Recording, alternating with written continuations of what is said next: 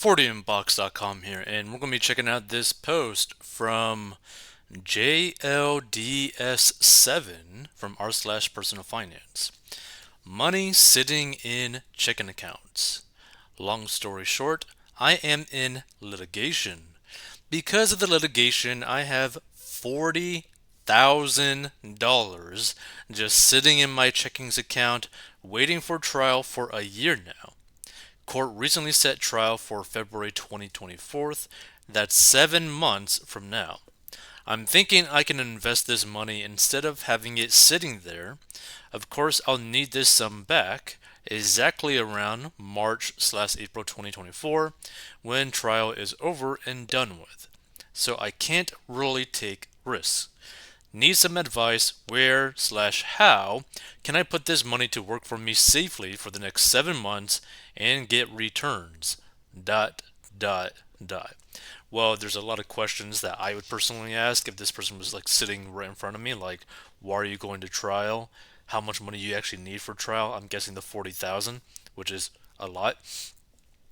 Now, the thing is, because this individual has a very specific timeline and is very soon, like it's only 7 months, the only thing that you can do that is safe enough for you to keep this money, period, is to put your money in a high yield savings account or some sort of account that offers you a good return. For example, I think if you're doing Robinhood as like a gold member, I think you're getting paid like 4.65% on your cash just sitting in there. There's also just like I think Ally Bank is also providing a high return. I think SoFi is also providing a high return where you just park your money in those institutions and you get about like a 4.5%, maybe close to a 5% return. The thing is, this isn't really going to be like a good return on the money, right? Because in fact, you're probably going to be using all of this money at the end of the court thing, like because you need this at the end of like at the end date. So what this person really needs to do is stop trying to focus on trying to get like a return on this money and make sure that they have the money to pay for their trial that they got and make sure everything is all right in there. Because depending on what they're going to trial for, they're probably going to need a good amount of money, which is probably all of their money, but also, like, you don't really know how long this thing is actually going to take. Like, you could end up being in court for like 5 years, 4 years. You could be paying legal expenses like non-stop. So, yeah, what this person really needs to do is just stick this money into a high yield savings account and keep piling money into this account because they don't know what's going to happen. Like, I don't know if they're suing someone or if they're getting sued or whatever it is, but just stockpile as much money as possible. At least that's what I would do if I was in this situation. If I had to deal with some sort of like trial thing and I knew that it's going to cost like a certain amount of money, I would just be like stockpiling money into a high yield savings account. Because the reality is, you can't really do much more than this, right? Like what people need to understand when it comes to like just finances, personal finance, investing, etc. You are better off in terms of like investing when it's for the long term because every time you shorten that time frame that you want, you have to go through like higher risk situations or investment opportunities, right? Like there's people who have made millions of dollars from like putting money into a crypto coin and just getting crazy amounts of return very quickly. But they have potentially lost, could have lost all of their money.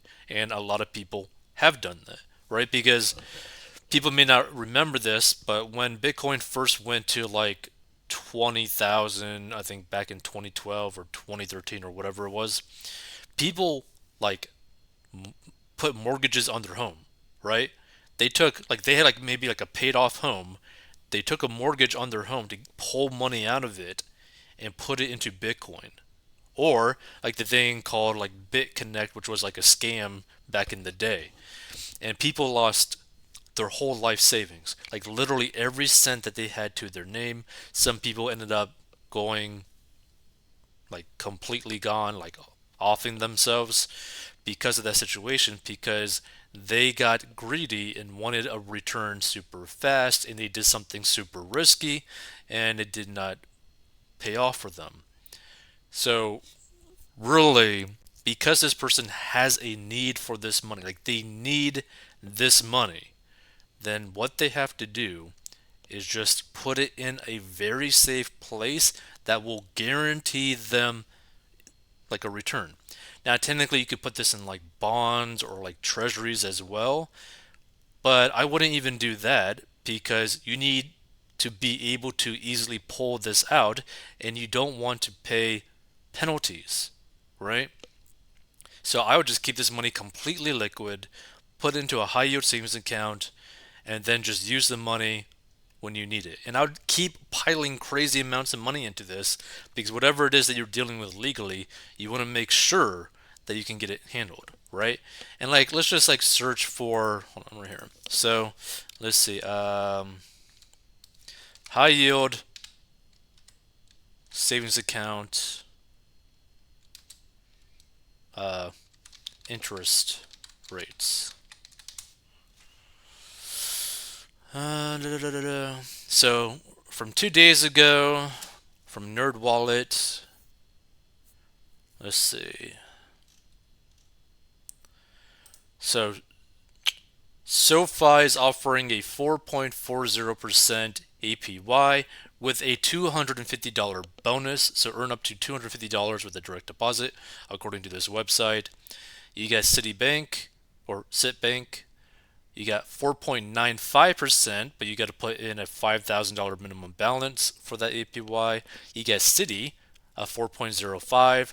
You got Barclays, 4.15. You have Citizens, 4.50% with a 1 penny minimum balance. Interesting. But also, there's like I said, there's Robinhood. If you're a gold member, you're automatically going to get like 4.65% on the cash inside your account. So there's like options out there as well, right? And also, you might end up finding like a credit union close to you providing you a really good interest rate as well. But I would rather do a high yield savings account than any other thing if you need to pull out the money. And that's for anyone else that stumbles upon this too. If you need immediate access at the snap of the finger or within like 24 hours, you need to put money into like a high yield savings account instead of like an actual investment vehicle. Because the problem with putting money into investments and trying to get like a return on investment by this time frame, the problem with investments is that they go up and they also go down. Whereas this one stays the same with a slight increase for the yield.